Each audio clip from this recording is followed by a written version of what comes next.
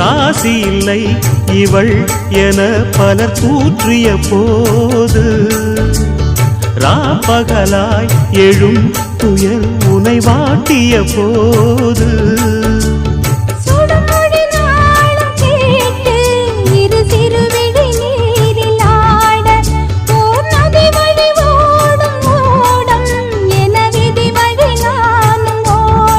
போதும் போதும் வாழ்க்கை என்று